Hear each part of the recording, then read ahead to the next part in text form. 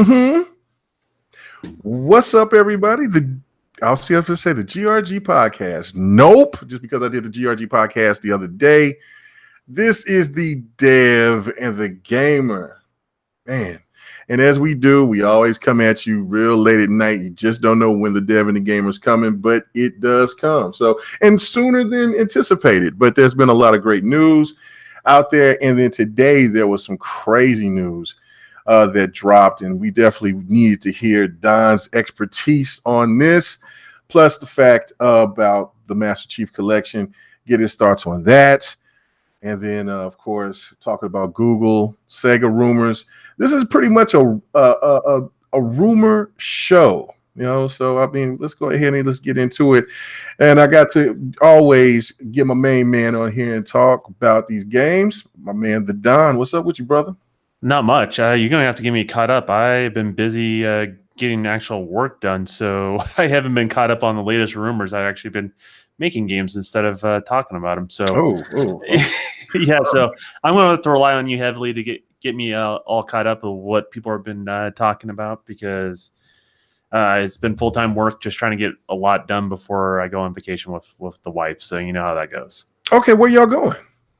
We're going to take her to Disneyland, the happiest place on earth. Really? The most expensive place on earth, actually, from what I heard. It's actually not that bad. She's pretty savvy when it comes to all that sort of stuff. So she had it all planned out. So she usually takes me once every couple of years now since we've been married. So really? So, all right, well, have a good time. I mean, take a couple of pics. Don't do anything too adventurous. I mean, you know what I'm saying? I know that they don't have a zoo out there with any exotic animals, I don't think. I don't know. I've never been out there. So I think Miss Don can be in safe company, because if not, then you'll probably try to ride on the first crazy big beast that you see out there. So, man, every time I'm left to my own devices, I'm usually falling off a cliff or something along those lines. So this is a way her kind of reeling me in a little bit, make sure I'm safe. So.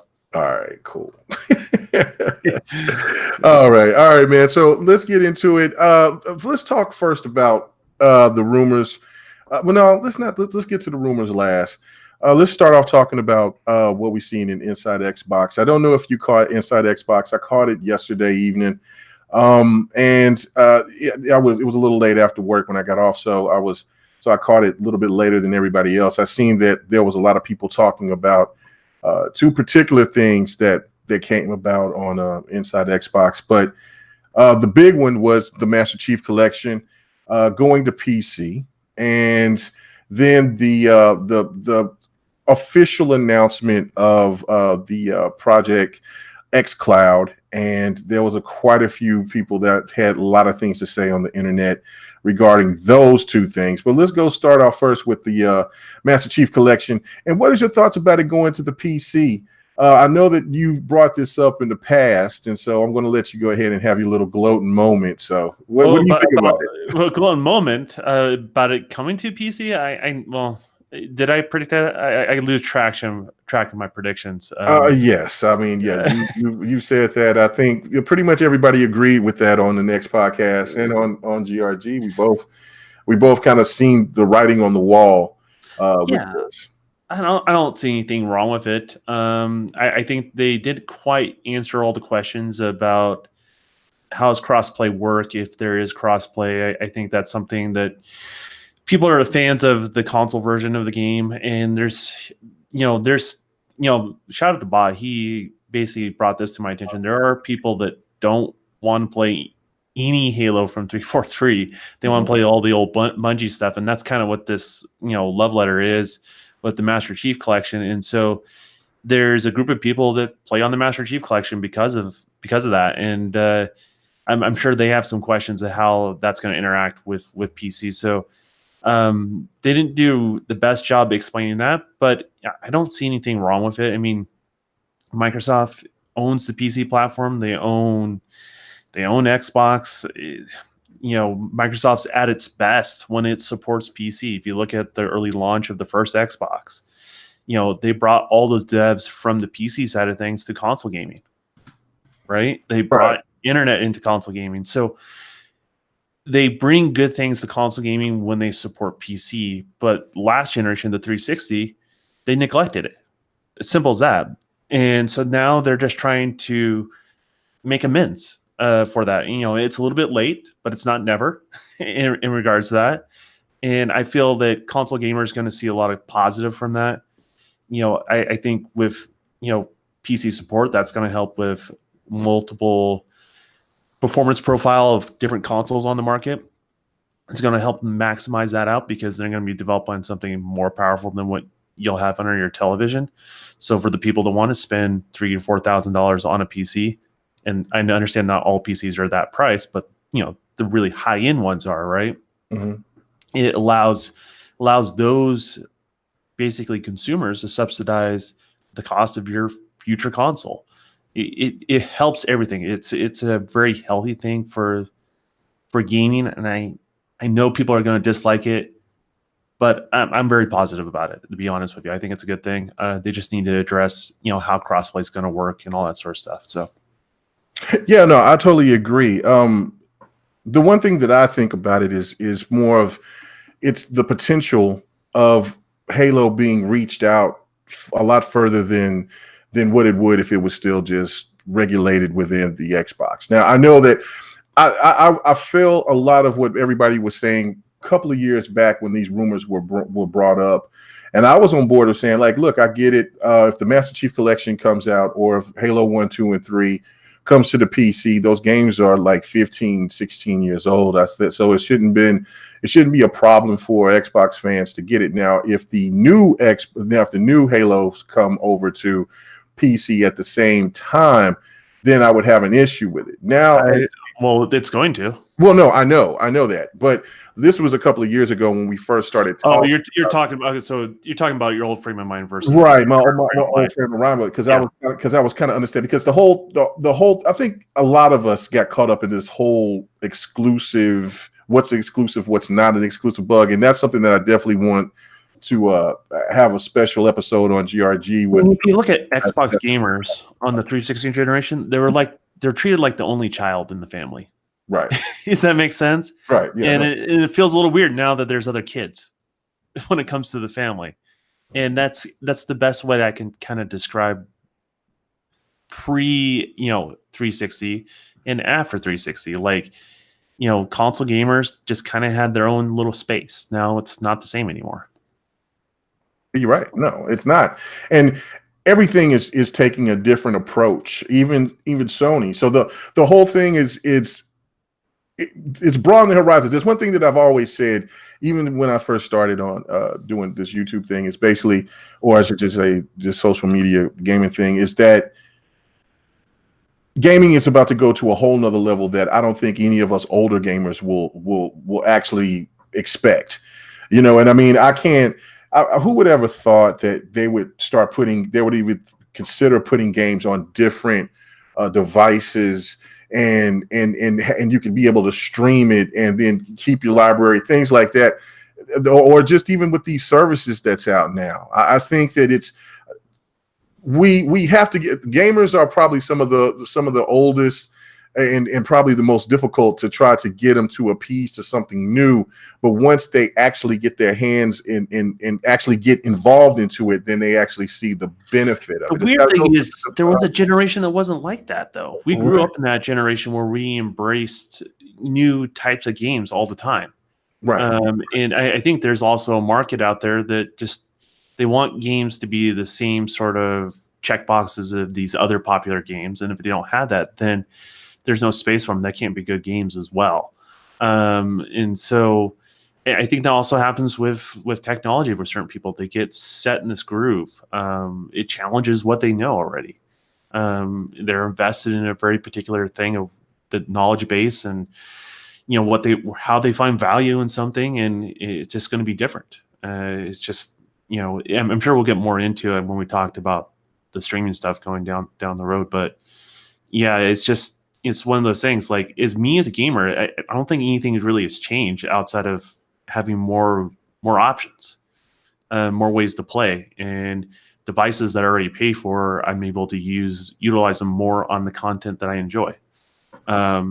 So, I mean, I've always had a very pro cross-play perspective on all this stuff. I mean, you've podcasted with me how many years now? 2 or 3? Yeah, it's been about almost 3. Yeah. Yeah, I've never been negative against the PC thing. In regards to that, and Yeah, me either. and very rarely I'm even negative about PlayStation. PlayStation is my second favorite console, and as far as that goes, doesn't mean it's bad because it's not my top pick. It's just my second favorite. So I mean, just how this stuff going to go. I mean, it's interesting. It challenges everybody. But I think with that, I think new gamers come in the fold. New gamers start appreciating some of these AAA games. I think that's the byproduct of it. With these different means, again, people into games, because we all know there are some PC gamers that are all about budget games. Now you get them into Halo, and they're excited just like you're excited because it's the franchise you enjoy. How's that a bad thing? I think it's a very positive thing, to be honest with you. No, I agree. That's the whole thing. I mean, it's like you have people that have said that Halo is just not the same. It doesn't have that same vigor like it used to. I disagree with that wholeheartedly, because every Halo through the very first one all the way to Halo 5 had some sort of new iteration that fans love. People may not be so happy about Halo 5's story, but the re-innovation of bringing in the multiplayer with the Warzone and all of that, like, that's beloved, and I don't think any Halo fan wants to do without that. And plus the fact, the way that they restructured the whole mechanics with the online. I mean, Don, we went and we played a couple of the old Halos just on Legendary so we can get through them, and like, we don't want to go back. Yeah, and we've been gaming for a while. We don't, we don't want that old experience. I mean, it's okay to have it. That's the reason why those games should exist and continue to exist, right? But I don't want the new iterations to play like the old iterations. I want them to continue to evolve.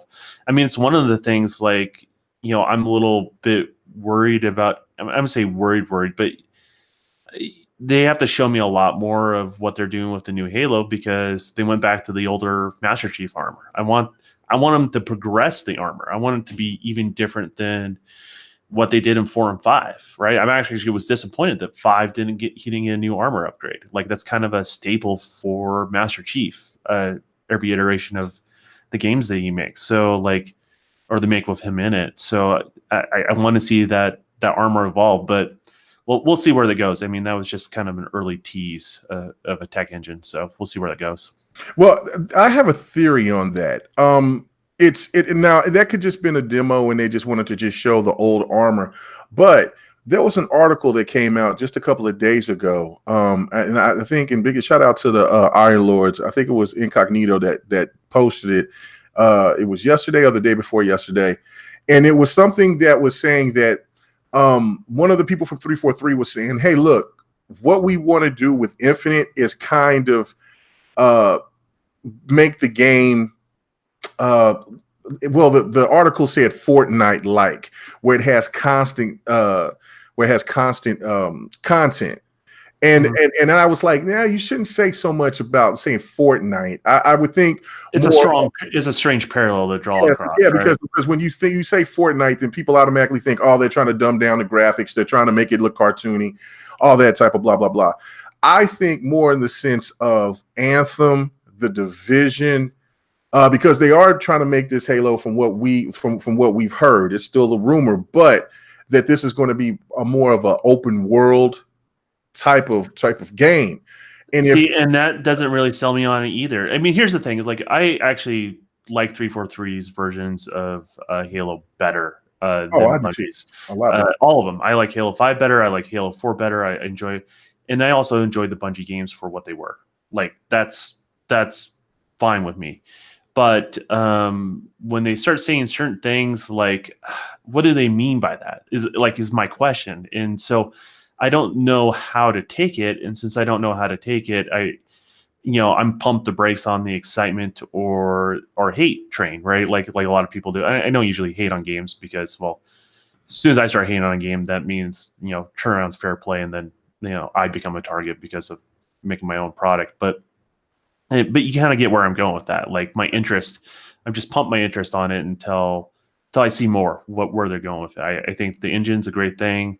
They'll be able to add content on a more frequent basis. There's a lot of things that engine allows them to do that really, in a lot of ways, the Halo engine was holding back their art team. That's something that I've heard a lot. And then you hear about that in the interviews with, mm-hmm. And one of the other things you heard from the interviews, you remember when I was telling you about there was a shelf project that 343 got a chance to start working on. I told you about that just before E3. Mm-hmm. And then they show the engine. I'm like, oh, that must have been the shelf project. And that's last week we talked about it, right? And then what happens, like, not too much longer. I mean, what is it? What's her name? I can't remember her name now. Bonnie Ross. Bonnie Ross, not Kiki. Yeah. But Bonnie Ross, confirmed everything. He's like, yeah, we promised to make the engine this iteration. We kept pushing it back. They called us out on it. And now we're doing it. And that's why it's taken so long to release his next Halo. So there's good things. There's just, I want to see where they really go with it. I mean, because older Halos have been open world-ish, right? Kind of open areas and then close back down to smaller corridors. Mm-hmm. And if it's like that, if that's what they're referring to, I'm totally okay with that. But if it starts becoming like Assassin's Creed, oh my gosh, I don't want that.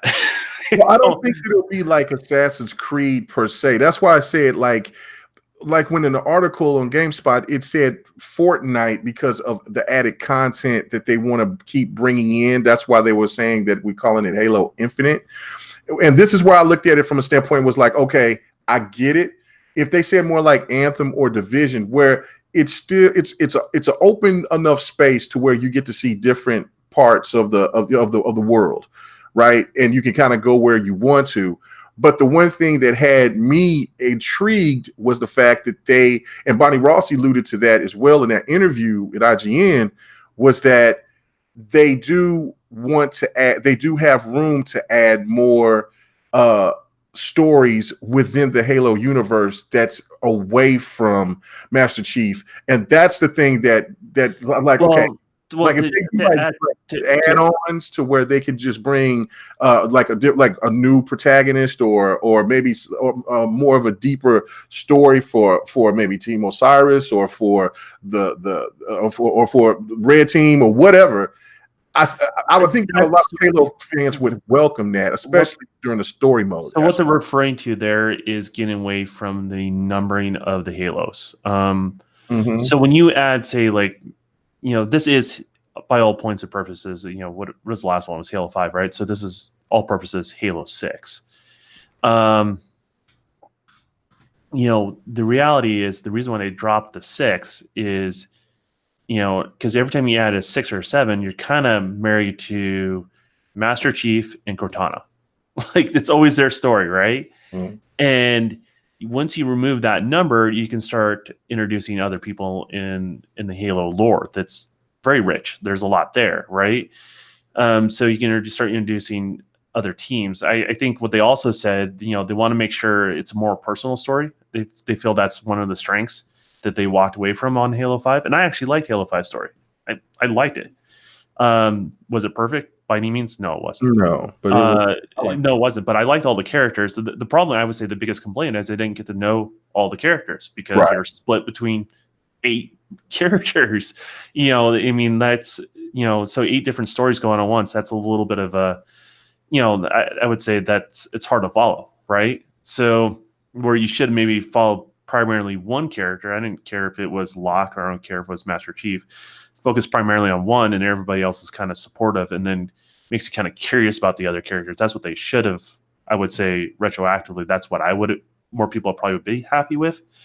But we'll see. I mean, I like 343 better. I look forward to what they're doing. They're going to support PC, and you guys are going to get a better game on your console because of it. I mean, that's the harsh reality. And we'll see how they handle crossplay on that game. That's the other question, right? Right. Because I'm a big believer if there are ways to balance PC gaming and console gaming. The question is, are the PC gamers going to accept that? And is the console gamers going to accept that? Or, should it be, I think honestly it should be more skill-based matchmaking. Because if you have really good skill-based matchmaking, you don't really know what the other person's used on the other end, right? Because they're evenly matched with you. So, not everyone with keyboard and mouse is great. Some are amazing. Some are phenomenal. Some controller players are phenomenal as well. So, you just don't know. So I just think that needs to be handled carefully. And if they don't handle it smoothly, then I would say that's the only thing they have to worry about. I think that's walking on broken glass a little bit, just to try to get everyone on the same page. So yeah, I'm rooting for him, but we'll see where it goes. Yeah, no, I totally agree. Another part is somebody I'm looking at Mirror X, and he's talking about that they might not implement Play Anywhere. Now, we haven't heard a confirmation of either one side of it, is if they're going to do it or if they're not. You would think that would be a fantastic salute to the Xbox gamers who have supported the Master Chief Collection, is by having it Play Anywhere on top of crossplay. If not, I mean, the game is what, like $20 now, and so I don't think that, I mean, it's not going to break the bank. But I'm excited for it because PC fans has been begging for it.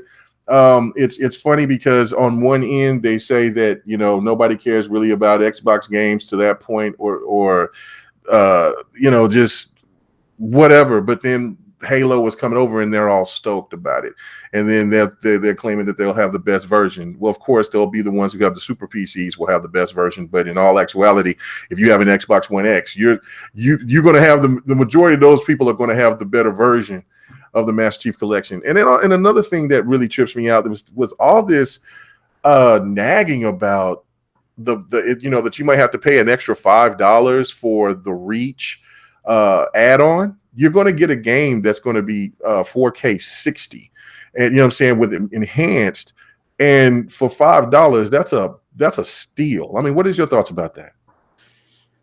I don't have any problems paying $5 on it. I think there's a segment of gamers, and I can't speak for all gamers, so I'm just speculating here, but I think there are some gamers that still feel kind of burnt by the Master Chief Collection, and that's kind of what they wanted to make it right, if that makes any sense. Right. Where there's people that want to just play multiplayer, and that was, well, to be honest, it struggled. It worked, but didn't really work how it was advertised. Right? Yeah, it was broken. So well, even the first week, I was still able to find matches, but I didn't have to go jump through any hoops. But it took a long time. Like that's the harsh reality, and you can play a whole nother game in that time frame before you would matchmake, and so that's an issue. So I think there's a lot of people that wanted Reach as kind of like a we're sorry, and they finally got Reach, but then they have to pay $5 later. As far as the value of the game's worth $5. Right. It's totally worth $5. But I understand those other people that are early adopters that feel a little bit bummed, and now they have to pay $5. In regards to that, I can see where they're coming from. I don't know if I'm there to take a side on either one, but I get it. I heard those things earlier on, and I see where things are at now. But I'll pay the $5. It's no big deal. And just when I get around to playing it, I'll play it, because there's one more thing to finish on the Master Chief Collection, right? So right, exactly, on Legendary. So we might as well get put that mark that on the map. So I'm excited about it. I mean, of course. To see the game get enhanced to that level is going to be great, because all the games look really good with the new enhancements that they've incorporated into the Master Chief Collection. And that was one thing that I don't usually toot my horn a lot, but I remember when I brought this up, I don't know, it was maybe a year and a half ago. I think it was this last year when we were talking about the Halo 3 anniversary, how Xbox was on that gravy train. Yeah. And I was saying, look, they're going to, I think that they're going to go ahead and they're going to add Reach, and that they're going to revitalize the Master Chief Collection, because that is, to me, for something to be, there's really no collection like that. And for them to just give up on it because it failed at first, to me is just kind of like just adds on to the pile on that's happened with the Xbox One this generation. And so for this is Halo. This is the staple of the Xbox brand, and they have to bring it. And sure enough, they did it. So hey, kudos. I mean, you have a stain on your carpet in the middle of the living room. Do you leave it there, or do you try to get rid of the stain? Try to get rid of the stain, right? Right. And here's the thing: game development, it's until something's released, it's a well-released product.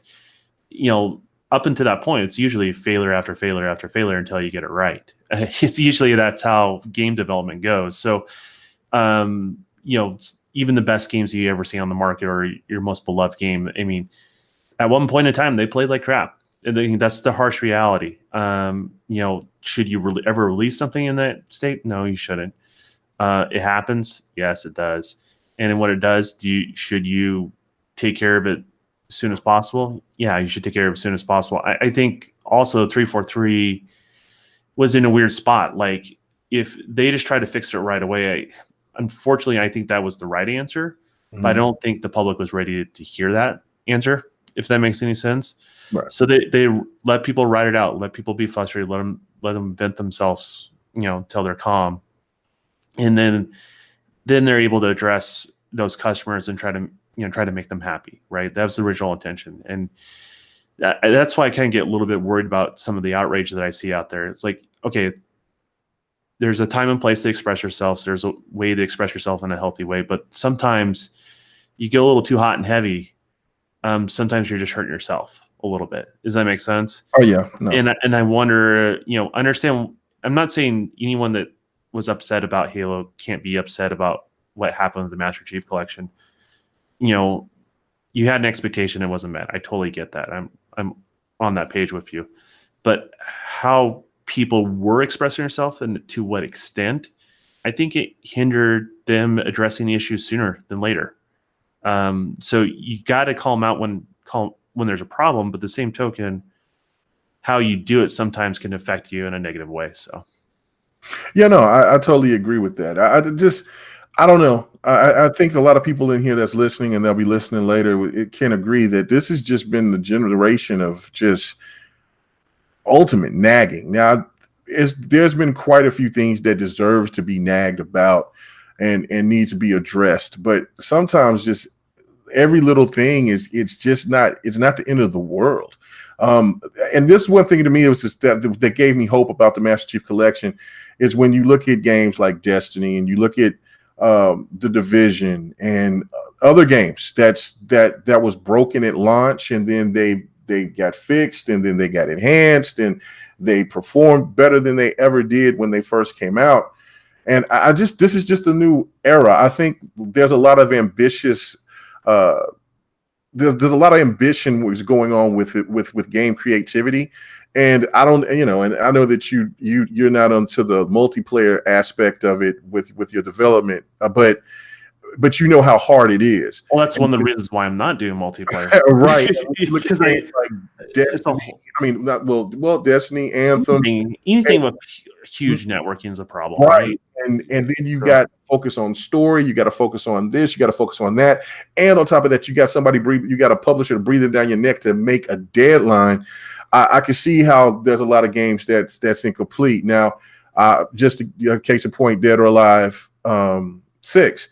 Beautiful game. The mechanics work. The fighting mechanics work absolutely flawless. It's better than it's ever been.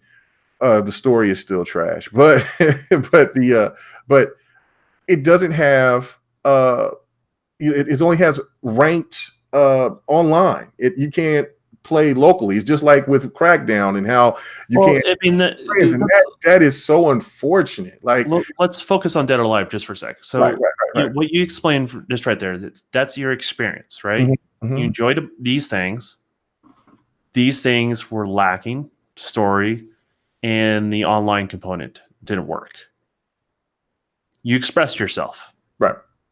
You didn't go on and on and on on and on about it, right? You're partially happy as a customer, and some things they've fallen short and they could do better. Mm-hmm. See, me as a developer, when I hear that, I say, okay, that's somebody I can help. Does that make sense? okay, that is something I can focus on. Maybe if I internalize it, reflect later after a product's released and say, yeah, those things could have been done better. It's hard to hear those things, but you can say those things can be done better. But what's awesome of a statement like that is that's a customer I can reach. That's a customer I can try to make things right with. There are certain customer or certain people, the way they express themselves, a developer just kind of throws their hands up in the air and they won't say anything, but they'll just go, I can't do anything with that. You know what I mean? You have to at least leave an opportunity for them to try to fix it. If you just want to be upset to be upset, then I guess the developer can't do anything to help you, right? Right. But if you leave an opportunity to say, hey, I'm being fair, I like these things, or these things are bad. And the word is when you start using words like, trash, well, it's not descriptive. That doesn't tell me what's going on. What's your experience that's falling short there, right? Go into details. That's why I always say, like, I encourage opinions, but I encourage your opinions to always be based on a fact, right? Because it's incumbent on you to explain why you have that view. And that's fine. It's okay to have that view. But if we get into the facts of why you feel that way, then we can address, hey, are these things that are addressable in the industry? And that's why I always want to encourage gamers to do, to be honest with you. So No, and that makes perfect sense. I mean, it's like that's what I'm saying. Like the doom and gloom scenario with everything now is absolutely just it's silly. It just doesn't make any sense. I mean, we're getting games. I think this is my opinion on this. I think gaming is in a really great place right now. I think gaming is better than it's ever been. I've had some of the best experience that I've ever had. Now I've had great experience with single games throughout my history of gaming that will stand the test of time. But just overall, just looking at gaming from right here, this generation, I've had some of the best experiences in a generation than I could say than I did last generation. And there was tons more games I feel that came out because that generation was a lot longer. But there's some compelling, great storied games, multiplayer games, all different types of games that's available that this generation. And it seems to me it's like it's only going to get better because gaming is going way further out of the realms than I think we've ever seen. And that's why I'm so excited about the future of where it can go. So. Well, and that's the weird thing too. Like as a gamer, you're there to be entertained. Mm-hmm.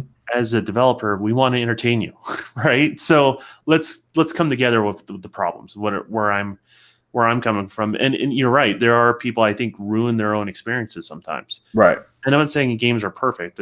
There's flaws out there. Yeah, like let's be genuine about it. Play the game to nag about the inconsistencies or whatever about that game instead of the fun factor. That just baffles me. Well, let's take Division for example. We all know it's going to be rough, right? Like I'm not picking on the game. It's probably going to have a rough launch because it's connected online world. That's the MO on everything. All those type of games have had issues of some sort. So the question is, if you don't want to deal with those issues, maybe you shouldn't buy the game right away. I know that sounds weird for a developer to say, but I wouldn't want a consumer to be upset with a product and have them continuously be upset. I'd rather win them over maybe slightly further down the road when the experience kind of polishes itself out. Right. Mm-hmm. And I want those customers to enjoy themselves. So the goals are common. And I know it sucks to wait, but maybe you should ask like people with genuine opinions, like, how buggy is it? Okay, maybe I don't want to sign up for that right now, but I'll wait until they'll iron it out. And I'll revisit the question later. And I think, the developers have to earn your dollar, right? Mm. So like, if we let developers earn your dollar and you look at it objectively, and when they've earned your dollar, you decide to purchase something and give it an honest chance. And I would hope gamers will always give games a chance. And then I think we end up in a much happier place as gamers and developers. And you can see a lot more long-term success instead of this kind of dogpiling. I mean, it's getting old. I think a lot of people are getting sick of it, to be honest with you. So yeah, no, I'm definitely sick of it. I think look, I mean, if there's a certain game that you don't like, then you don't like it. and you shouldn't be ridiculed for it, and you shouldn't try to demean people that may like that game. It just doesn't make any sense. Well, we mean you. There's a movie that came out. Me and you have different feelings about, right? So we both saw Captain Marvel. Yeah, I didn't like it, but you did.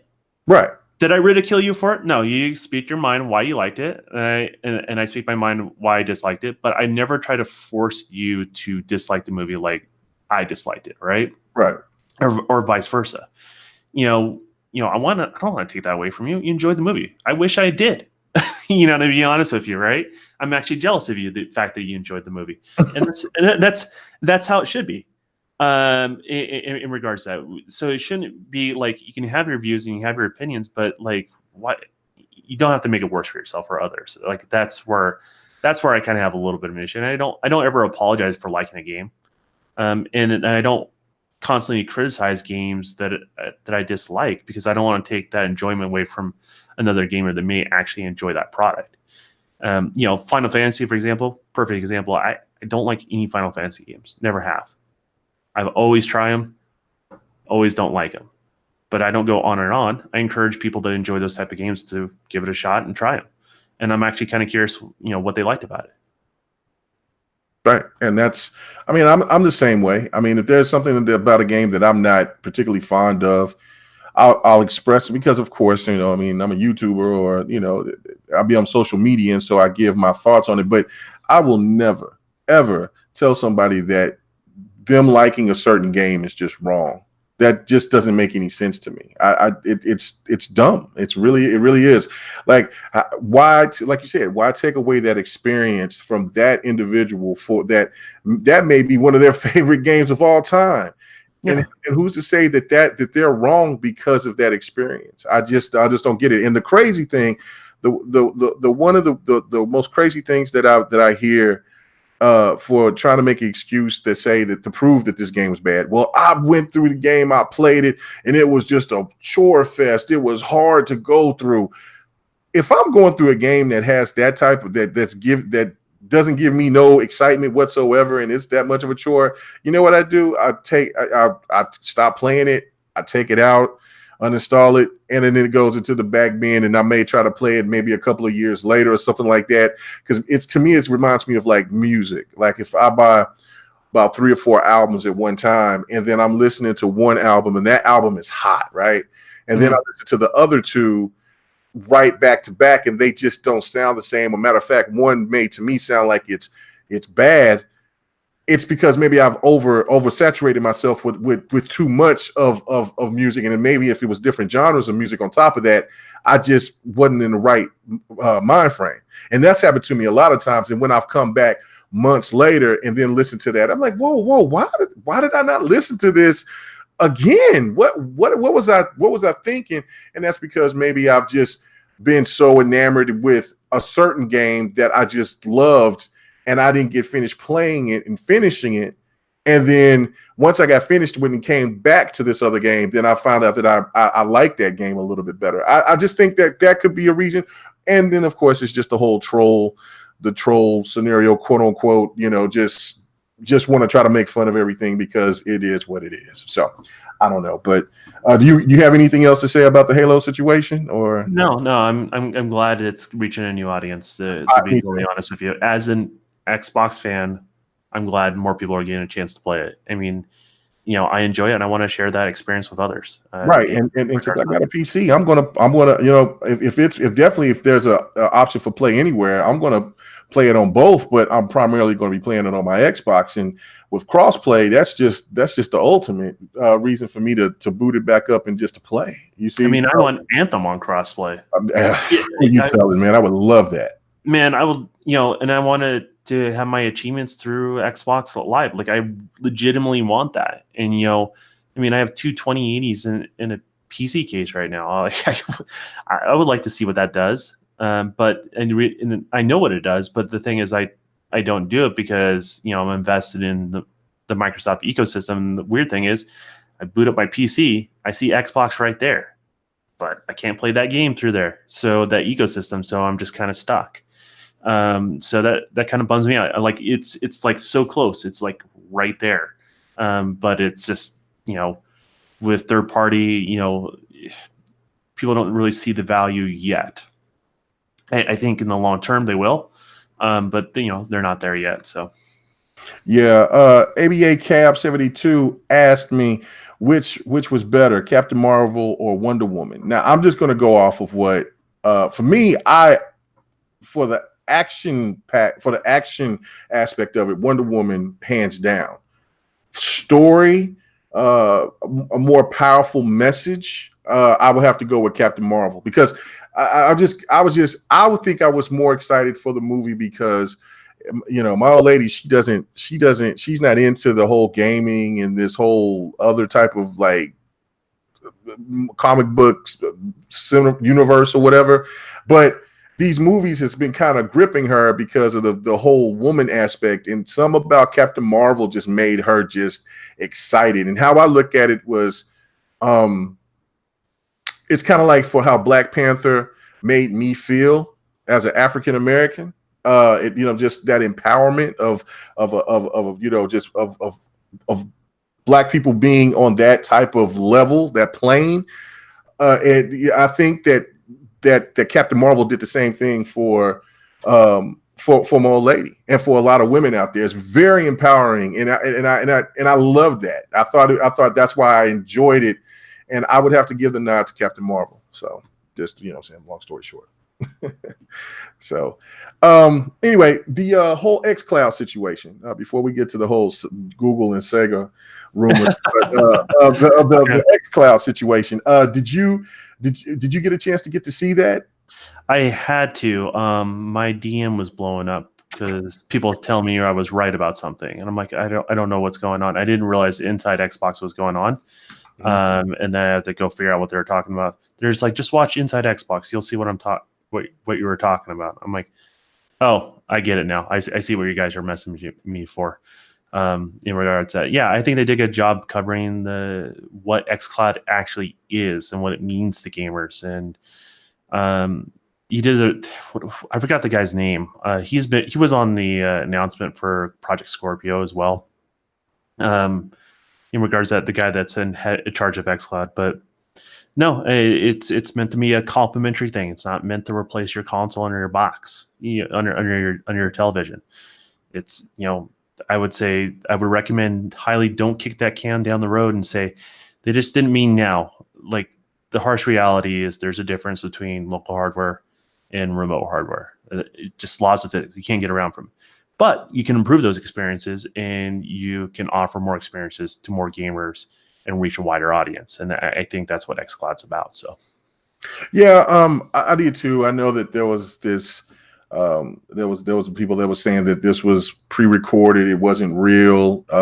This was some kind of little fake demonstration, and it could have been. I don't know. I just think that the whole idea of it is just pretty damn awesome. It's just I can take my library of games and go anywhere on my phone, and it really wouldn't be my phone. It would be more like a tablet, or my laptop for me. But because that's the beauty of it. Yeah, you could do whatever you want. Like that's the thing. So like say you want to get a fancy Surface, but you're like, oh, I just got a Surface tablet and it really doesn't have a graphics processor in it, right? Mm-hmm. I haven't been keeping up with Surface, so if that's incorrect, I apologize. But you get where I'm going. Usually a tablet's not as powerful.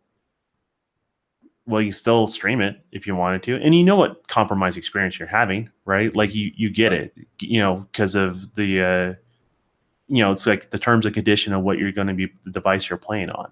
Is the way to look at it. And so if that finds enjoyment for that customer, why not? Yeah, no, I totally agree. I wasn't going to go too long on this one. I just wanted to get your thoughts on it. I think it's a cool concept. And I mean, pretty much everybody's going to do this within the gaming. Everybody's going to do it. I mean, I'm a strong believer it's going to help grow consoles. Yeah. And PC gaming too. Like, let's be honest, it will help dedicated hardware. Because now you're getting people to maybe give something a chance and normally wouldn't. Okay, let's say the person plays Candy Crush and that's the only game they play on their phone, most likely they're not going to play Uncharted, right? I get that. Mm-hmm. But somebody that used to play games like Uncharted and occasionally does a cell phone game here and there, he goes, I used to play games. I'll go and try out Uncharted. Or I'm going to try, a Halo campaign, or, you try something and you're like, maybe I'll pick myself an Xbox controller and then, play it that way, right? With the controller and the phone attached, or a tablet, or, through, connected via PC. And then they're like, that's fun.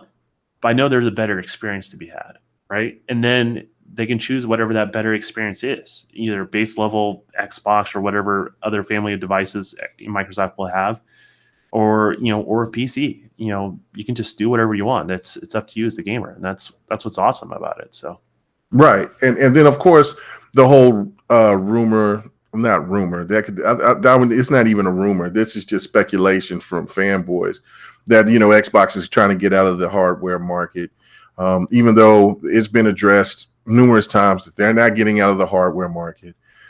They're still making hardware. They're still, as long as they're, of course, as long as there's going to be gamers out there that's going to buy hardware, which I know that every time that Xbox, PlayStation, etc., brings out any type of hardware, I want to get my hands on that, because that's going to be the better experience than any streaming service or device or any of that. So to me, having the console on my shelf where I can see it on my TV and play it that way is always going to be my number one experience for me. And there's millions upon millions of other gamers out there that has that same energy.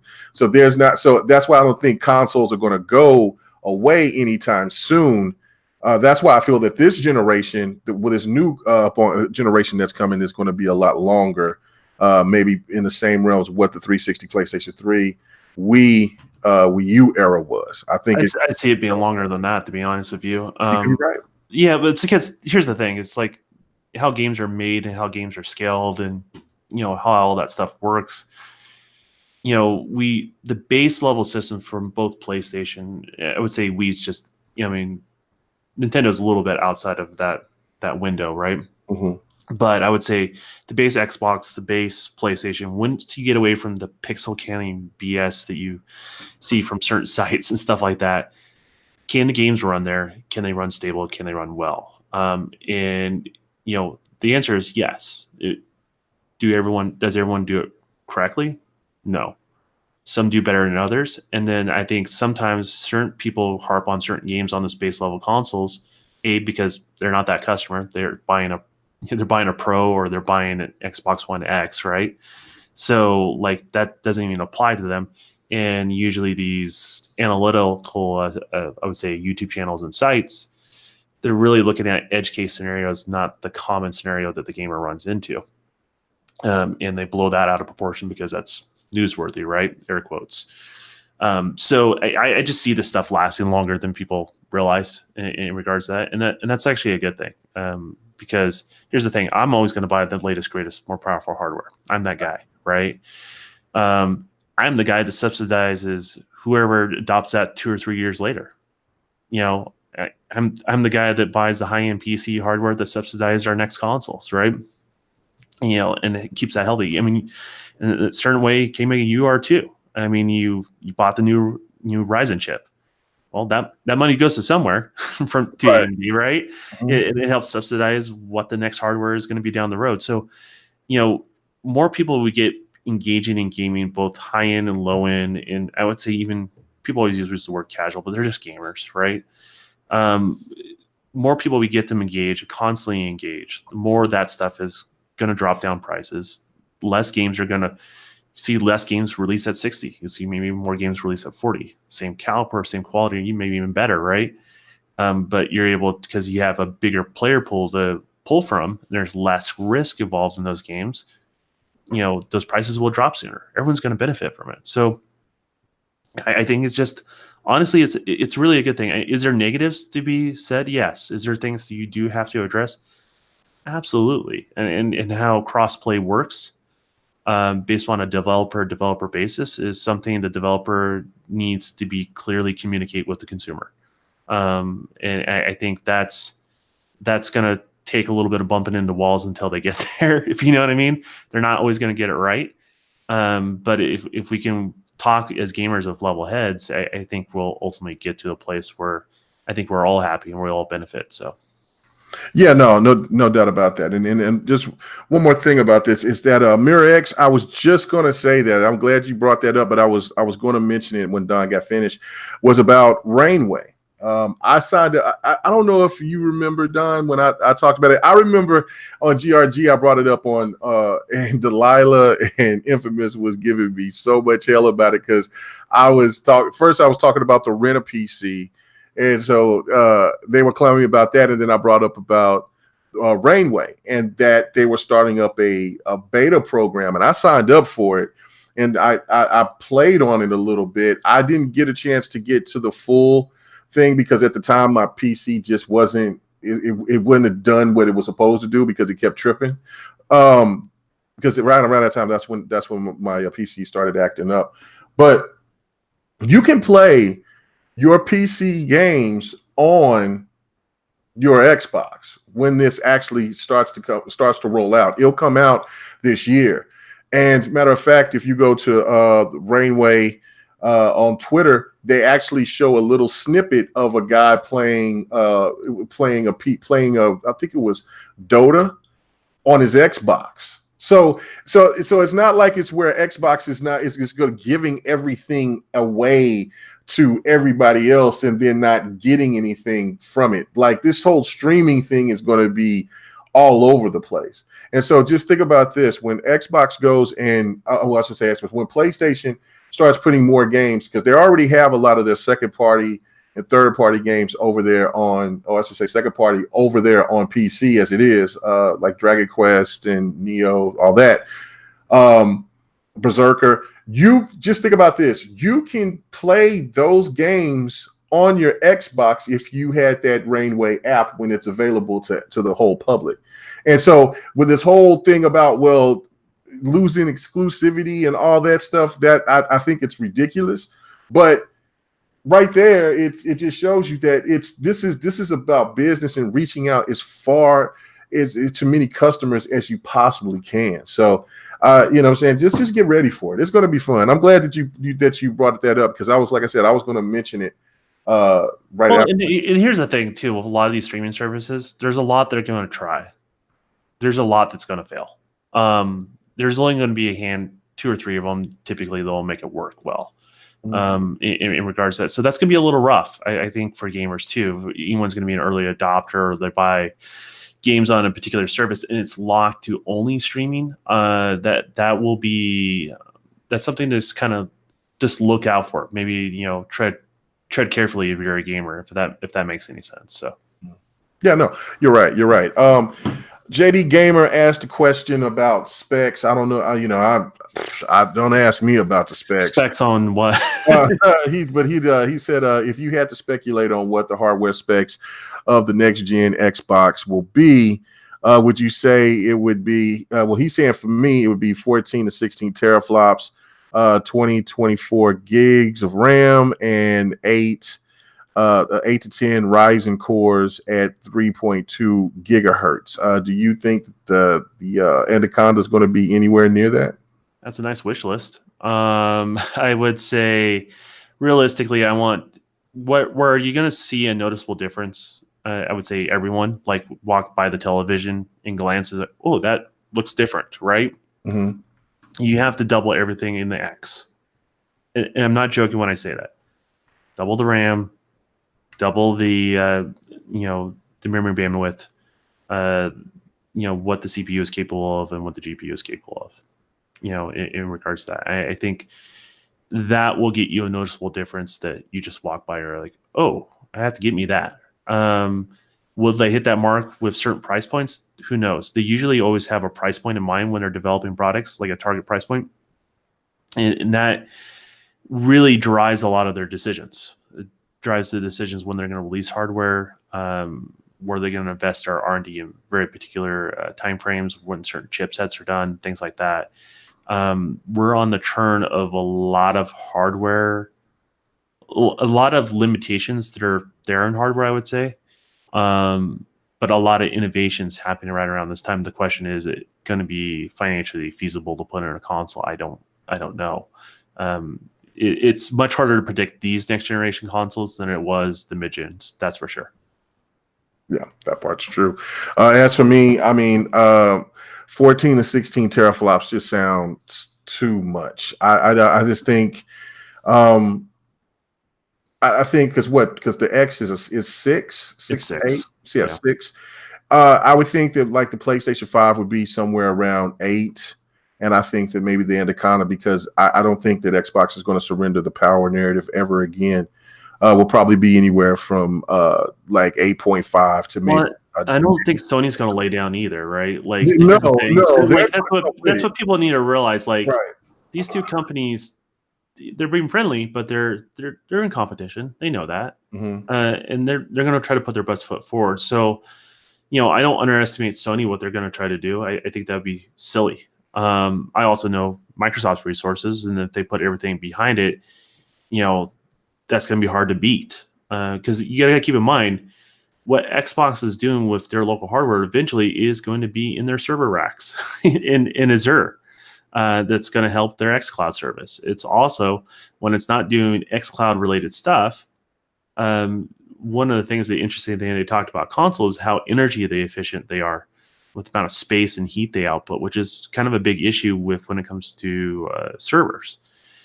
So imagine those same Xboxes that would do, your games via xCloud in the server racks.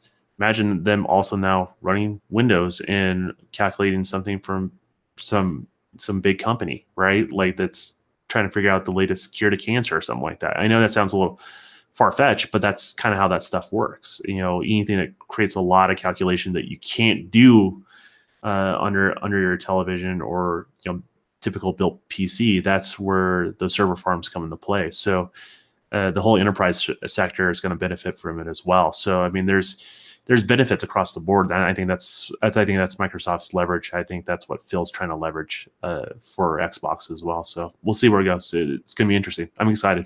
Yeah, no, I'm definitely excited. I think also that both companies are going to be kind of doing similar things with the streaming services and things, but I think within the boxes themselves there'll be a lot of differences of their strategy, because of course PlayStation has a firm grip on the VR market for consoles. So therefore, I think that they're going to make sure that they're implementing everything that they can to make the best experience that they possibly can for VR. While I think Xbox is looking for more different strategies with we hear about that new with the AI and all that, doing enhancements to the AI and all those different things.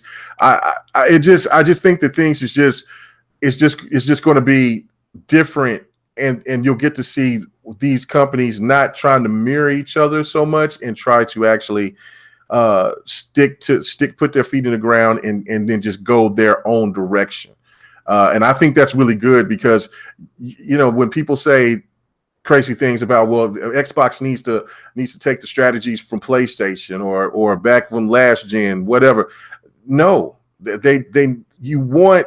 I think there's enough space out there to where a gamer out there, if they really want to buy multiple consoles like I do, is that you get your primary first, and then whatever that the other one does, you can get that one later on. And then when you see it's worth the money to have consoles that do something different, then they both seem the same. So I hope that they really stick to that. Remember the 360 Wii combo or the PlayStation 3 Wii combo that people would do? People would buy both systems right off the bat because they're radically different from one another. Right. Now, I'm not saying I want Xbox to do Wii stuff. I don't.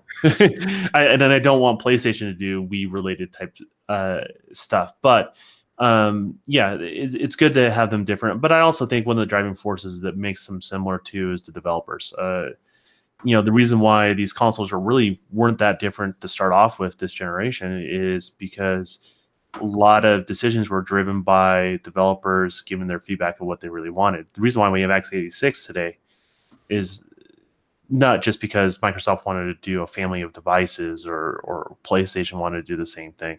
It's because that's what developers wanted. And so that's what they requested. That's what they got. And that's why you're seeing that continue to kind of go forward. You're going to see x86 in the next consoles. That's a guaranteed. So Cool. All right. Let's get on and talk about Google and this Sega rumor. As I don't know if you've seen it, there was yesterday Google posted a little trailer of a bunch of game clips of just you don't know what those games were, but it actually just shows how serious Google is. And then they saying I think it's that they're going to reveal this their new console coming up here at GDC, and it's going all in. And plus the fact that on Game of Sutra there was that they added for vice president Jade Raymond, and who she is. She was part of the EA Motive in Montreal, and she was one of the people that worked on that Star Wars game that got canceled. And then once it got canceled, she decided to leave EA. So she's been in development for a really long time. She worked on the Assassin's Creed games and Watch Dogs. So she has a strong pedigree behind her. So Google is not playing, man. And then on top of that, they have this rumor that we talked about on next podcast, was that they potentially could be teaming up with Sega to bring some up-to-date, newer titles that could be. And, I just speculated and was saying, well, like, if it's for Google to be a player, they have to bring in a game like Shinobi with this generation's graphics. And then Hyena was bringing up like what was the game? It's not Sunset Overdrive. It kind of reminds me of it. Jet Set Radio. Like if they would be bringing that or something of that nature. So if Google is teaming up with Sega, I mean, we haven't heard anything, of course, but we haven't heard anything being denied. Do you believe this rumor first? And what do you think about Google stepping into the market, and should they be looked at as a potential dangerous rival? I think Google has potential if they release actual physical hardware, and there's rumors of that too. Just so you know, that's been floating around in my circle, that they have hardware slightly more powerful than the X.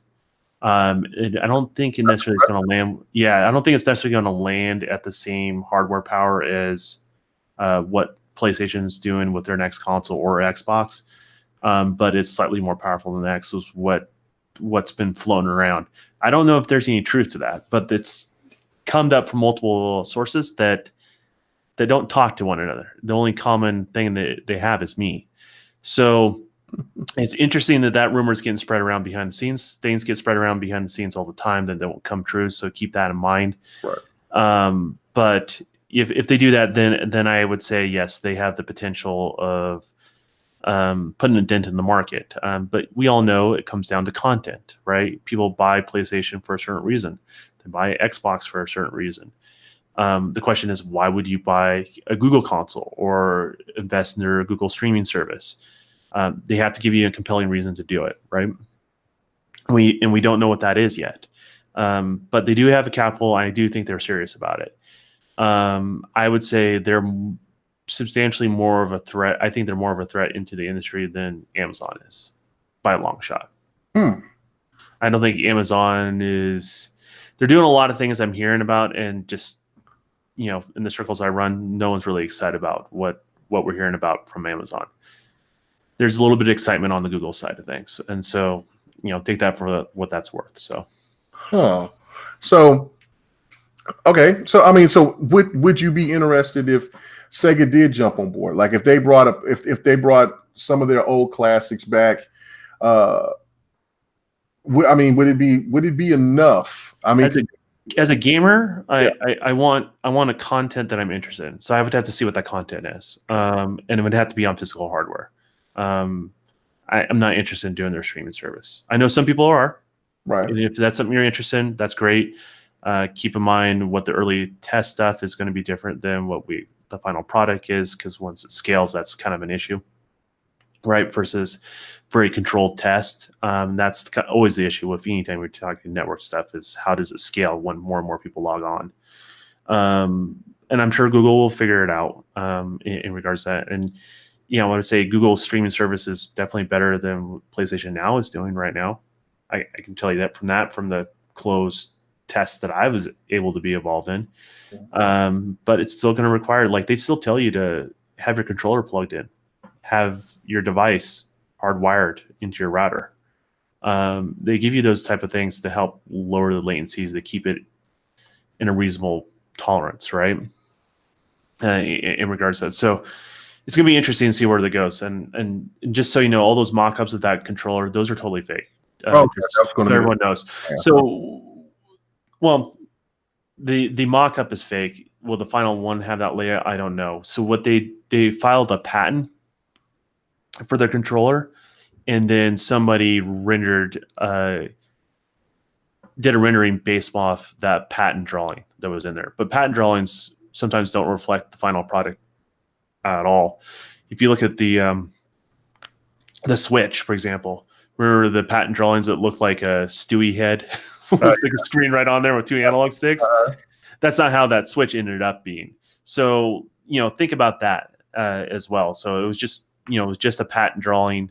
Someone took that, did a rendering, and that's what you're seeing reflected out there. So I would expect that layout to be different, to be honest with you. So. Okay. All right. Yeah. I just really wasn't going to get too in depth with the whole Google Sega thing, because GDC is coming next week. I'm pretty sure we'll be talking about that in depth next week. So, you won't be talking about the Sega thing. Then I think you'll be talking about the Sega thing if it's true around E3. Right. Yeah. That probably is true. Because look, I mean, for all we know, because the rumors, remember, of Vanquish that was supposed to be coming to the Xbox. Now, that could still be a possibility, but hey, that could be the game that maybe Google is going to have, and maybe somebody got it mixed up between Xbox and Google, and it could be marketing rights. It could be anything. Yeah, we don't know. It could be exclusive just to their streaming service versus having that streaming service available on other streaming services. There could be that too, right? So there's many ways that they can sign a deal or give incentive to people to be on that platform. So we'll just see where it goes from there.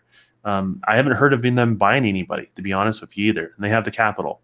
So I don't know what their plan is, to be honest with you. We'll see. Yeah, we'll see. Of course, they got the capital to do whatever they want. I mean, so it's going to be interesting. It's going to be fun. It's good to see another player come into the fold, and it looks like there's going to be a couple of them. But it's not as, from how it used to be from back in the 90s when the competition came up.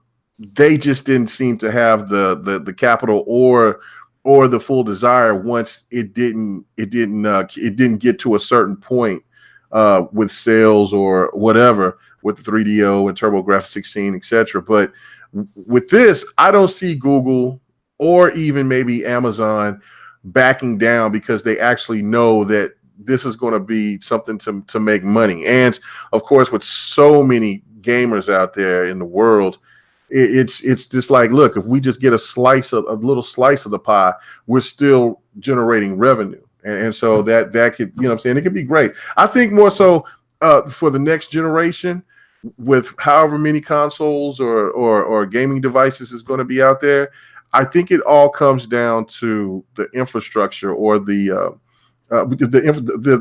infrastructure of that particular console that you like, or for that company. Like, if people love how PlayStation's interface is, then they're going to stick with it. Just like people. Well, if they've also invested in that ecosystem, well, it's harder to leave it. Ecosystem. That's what I mean.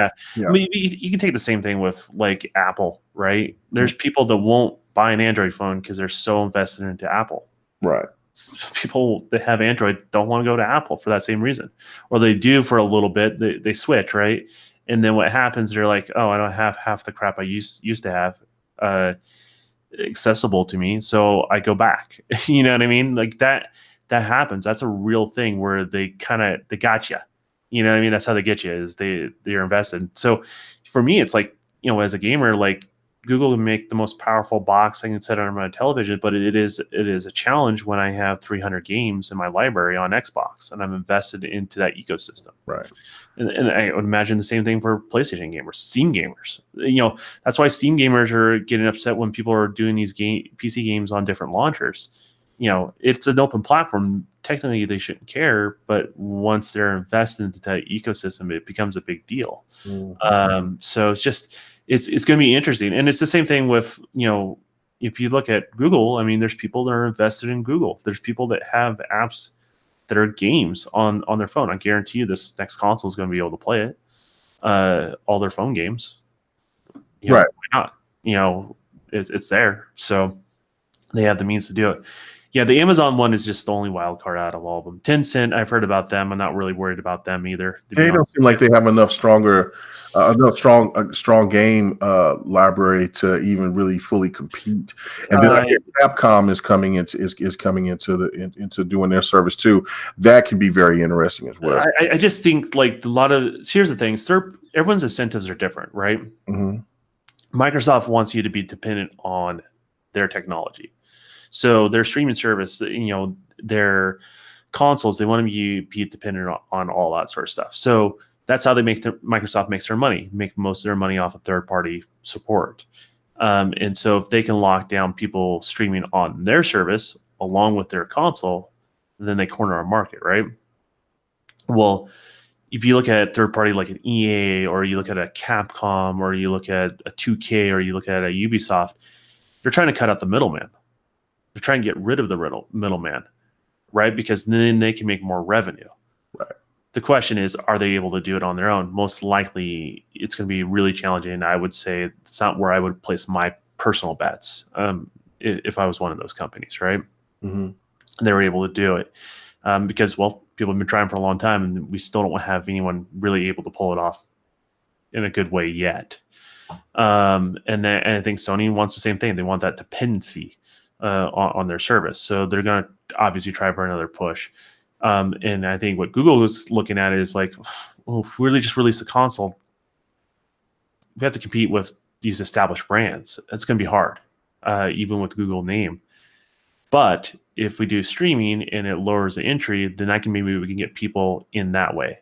Does that make sense? Oh, yeah. And so we can kind of bypass that barrier of owning a console. That's the idea there. It may be a compromised experience, but maybe they're just totally happy with getting those customers, and that's it. So it's going to be interesting. I would say as a customer, you're going to have choices, and with choices, you get better prices and better products. And so that's not a bad thing. So. No, it's not. And Google and Amazon will undercut anything. So it might bring down the prices to other things as well. So, hey, I'm all for that. But all right, let's get to the last topic. And that is the biggest story of the day and the biggest rumor of the day. And that is about Sony acquiring Take-Two. And look, I was at work and so I didn't get to see really too much of anything. I was rarely on social media until this afternoon or this evening, and then I looked and I see it was all over the place, and it was just pandemonium. And so before I get into any deeper about it, for some other people that said some other things later on, but maybe about an hour or so ago, I seen Ron McCaffrey say something. I want to get your thoughts on this. Is this a possibility that Sony can acquire Take-Two? And if they could, what would this mean for them acquiring such a powerful publisher? It's the same possibility Microsoft has to acquiring EA. Mm-hmm. Remember that rumor? Oh yeah. That everyone was wanting to run with, the wanted to believe, and Microsoft had the capital, but does it financially make sense? And the answer is not really. In order for those games to make their return, they have to be on everything. So what does that really benefit Microsoft at that point, right? Right. And so the same thing applies here with 2K. Let's say Sony gets all the console sales.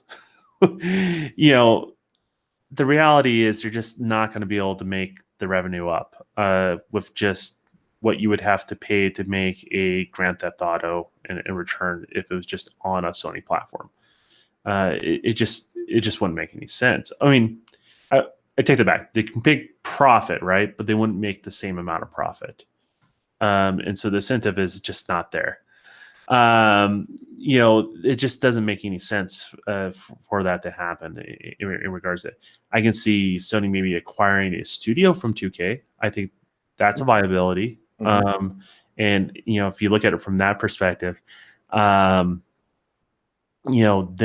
maybe there's an incentive there in regards to that. Maybe a studio that, let's say a newer studio that hasn't produced the one that's working on the BioShock series. Why not? Oh yeah. Yeah, why not? I can see that would be a plausible purchase from Sony, and then maybe purchasing the IP. I don't know if that's the best choice, but I can see that as a possibility. I don't see them buying, for example, what is it? I'm sorry, it's late at night, guys. Gearbox. You talk about Gearbox. Yeah, they're not going to buy Gearbox. Gearbox is totally independent. 2K doesn't even own them. They just own the publishing rights to Borderlands. So, it just really depends on the situation. I can see them buying a studio. I think that's a possibility, and I think that would add some credence to this rumor. But to be honest with you, this is the first time you hear the rumor. To be frank, I just been working all day, so I just didn't notice that this was a thing. Yeah, it would be insane. Like, I mean, we had a lot of fun with it last year, talking about the what ifs about the whole EA, Xbox, or Microsoft acquirement, and that just was kind of like, of course, Microsoft has the money and the capital to do it, but it's just like what you were saying. What would they do with Madden? And of course, people would like, just make it exclusive. Well, they wouldn't make any money off of that. They have to have it to go on, go everywhere else. So basically that wouldn't work. And you got NBA Live, and you got hockey, and you have UFC, and you have all these other entities within EA Sports that goes out there. Plus, I mean, it would just been better for them to try to maybe go after BioShock. I mean, not BioShock, I'm sorry, but BioWare, or if EA would allow them to get the people to make Deep Space, that company. But it was far-fetched, and I even said to myself, was like, look, I doubt if this would happen, but it would be huge. And I'm saying the same thing for this. I think, really personally, is that Xbox got a lot of buzz for the whole Halo going to PC. I mean, there was a lot of great comments from, a lot of positive comments. It was more positive than it was negative. Way more positive. Yeah, it was a number one trending topic in one part of the day yesterday because of it. So, it was really positive. And I think that sometimes people lay out rumors and things like that to kind of take away the steam away from something that they may not like, or just to get the love fest to die, and this, or to change the narrative to go back to the certain thing. And I think that this is what this was. Ron McCaffrey said this about an hour and a half ago, was basically that this was a lie. This was not this was a bunch of just malarkey, pretty much. This wasn't true. And so of course, I mean, he's in the business, so he would know. I don't know if IGN is my authority. Right. And the rumors go. That's what that was the next thing I was going to say. You would think that they would know because they're in the know, but their track record. Well, I mean, those who visit the site, judge for yourself. But I don't look from them as a position of authority. And, not I'm in a unique position. I totally get it. I know people in the industry. I work with people in the industry. People talk to me. People trust me with things. I get it. But it's just not practical. It's one of those things that, like, all you're doing is setting Sony fans up for disappointment in regards to that when it's not true. And then what happens when it's not true? Then everyone starts hating on, then it starts the hate train again. Like let's not start. That's the problem with these things, is like, what do you do with these rumors these days, right? And there are things to talk about on podcasts, but should we talk to him? Should we give him any weight? Makes me wonder. If you don't talk about it, then ignorance runs amok. At the same token, like I just don't know what to do with him, to be honest with you. Yeah, no, and I that's the same way about it. I mean, it's fun to talk about and all the speculation, because I mean the first thing that you think about is Grand Theft Auto 6, and then you think of Red Dead, because Red Dead is already sold 23 million copies, over 23 million copies already in 4 months. And of course, the endless one is Grand Theft Auto 5. It's still selling, it's still charting, which is insane. Like, who still buys this game? You would think every gamer in the world pretty much got the damn What's game. crazy is I don't even own that game. Wow. Like, you I figure paid for it twice. I mean, they got us twice, because I mean we got it on last gen consoles, and then I bought it again for this generation. But that's still, as much as they sold, it's just insane. Yeah, I mean it is. I mean, but here's the thing, I don't 2K. I don't think they're hurting. I don't think they're in that spot too. If you know what I mean, that they feel like they need to sell the company, or there's a huge benefit for 2K to sell to somebody like a platform provider. I just don't see that being the case. I just don't see a mutual benefit there for the gamers, for the platform providers, or anything like that. As long as they have support on their platform and they use their platform to the best of their ability, then what's the point of purchasing them? Right. It just doesn't make any sense. Like, yeah, it would be huge in the sense of saying, to keep the narrative of exclusive rights, but I don't know if Red Dead would sell 23 million on the PlayStation, regardless if it had. Do well. It would really well, but yeah, to be honest, you would all do well, but you wouldn't make as much profit. No, and that's just, it just doesn't seem to make sense. So I like I like what you said, because Sony did say, the head of Sony did say that they were looking at acquiring some studios, and maybe trying to go after and get one of those studios within Take-Two would be great. Because I mean, like I said, you got to think about NBA 2K, man.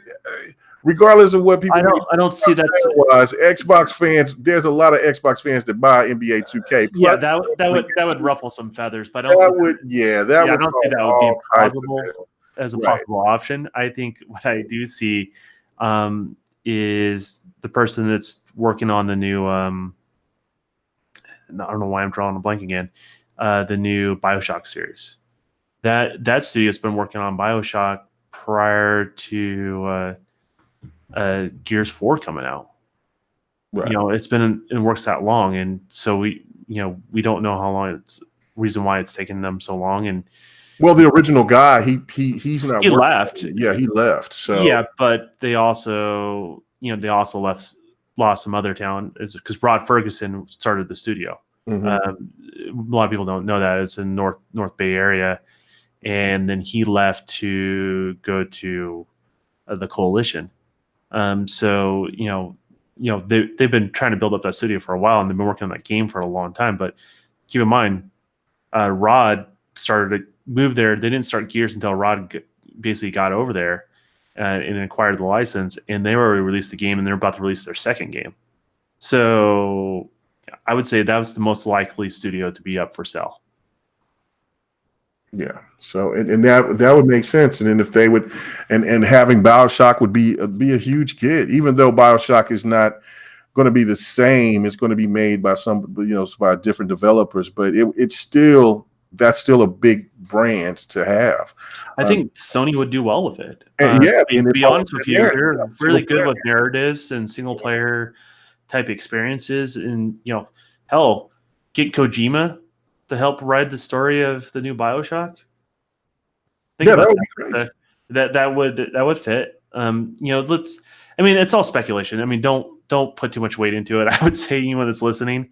But if there's any truth to the rumor, that's where I would place a bet. There's a truth to the rumor. I don't think there's any truth to the rumor at all, to be honest with you. So yeah, no, I just, and then you got to look at it from a financial standpoint. I mean, look, we're talking about a company within Microsoft, about EA. that's a substantial amount of change to come out, but Microsoft have it. And not saying that PlayStation, or I should say Sony wouldn't have the money, but Sony is not even in the top, is in the top 50 in the, you know, saying the most profitable companies in the world. And you're talking about starting off trying to get them to pay what, 22 billion for that. Now I know that there's the rumors that Apple is supposed to be buying the movie, the you know, Sony Pictures or whatever, and maybe they would take that money and then like add that with whatever that they're going to be getting, or just take the money and then just try to go after Take Two. But again, it's just like what you were saying. It's just not profitable. The only way that it would be profitable is if they would allow a lot of those games from Take Two to come up to be still multiplats, and they do the same thing that what Microsoft is doing with, like they do with Minecraft and some other games that's going to be multiplayer. And so it just doesn't make any sense. I mean, Xbox fans have to go through this with the EA situation, and now here you go with that. And then, of course, like Mariah McCaffrey was just saying that this is just a rumor, and pretty much the person that brought this up can't even have a follow-up because he just pretty much made it up. So if that's the case, that really sucks. And the gaming media needs to get their shit together, because what that's telling me is that they're waiting for what people on social media say more than them doing their due diligence and going investigating for these stories. Yeah, I mean, and that's part of the problem. Right. Is, you know, social media is driving a lot of rumors and a lot of news. You know, and it's not just gaming, but obviously we see it a lot more in gaming if that's where your interest is. And the harsh reality is some of that stuff isn't news. I'm pretty sure I know how I can start a rumor, and everyone would end up talking about it. But I'm not going to do that. that's silly. But some people get a kick of that, you know, 10 minutes of fame or whatever they get from starting a rumor, and maybe rooting for their favorite platform. I don't get it. I can't relate to that group of people, to be honest with you. So yeah. So no, it's just crazy to me. I just think that gaming journalism, or not so much journalism, but the gaming news is, well, yes, journalism. It's just not as put together as it once was, in my opinion. I mean, I think a lot of people wait to hear news than they actually go out and pursue the news.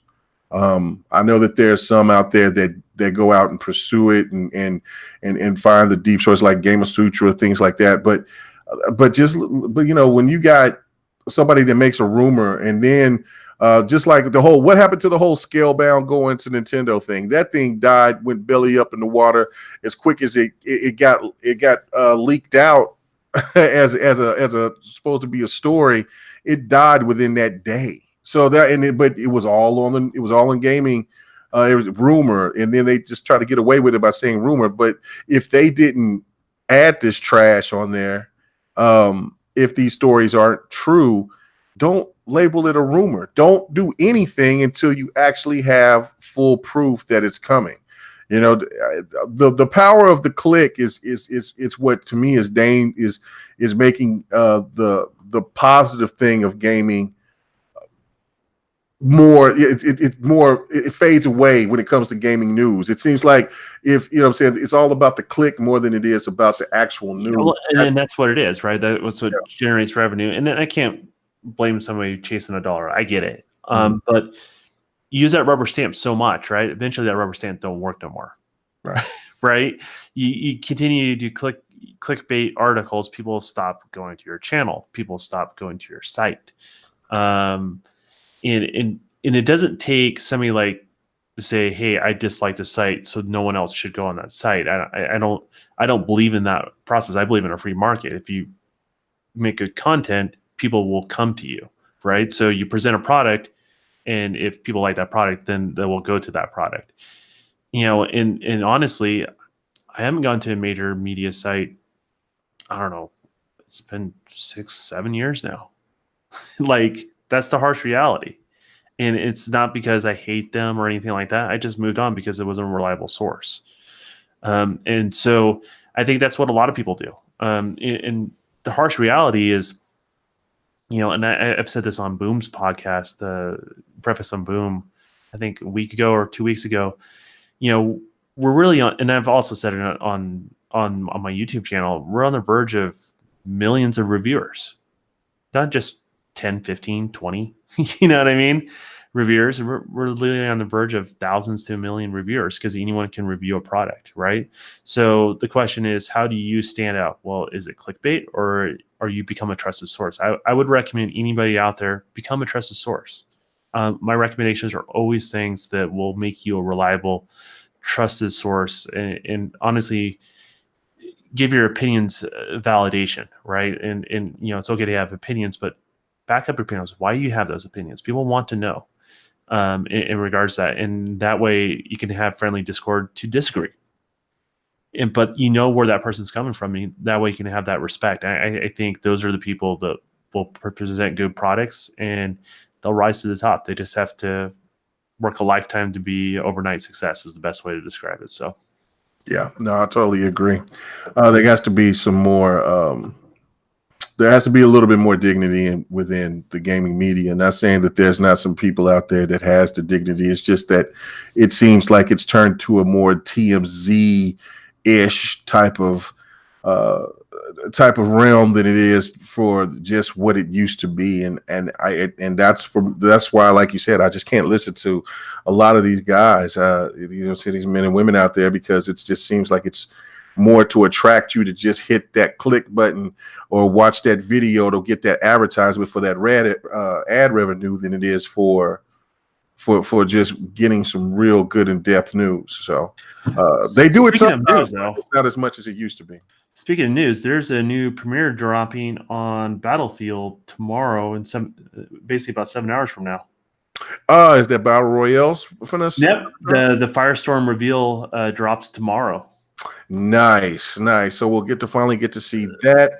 I got to give a big shout out to my man, Sir X-Man.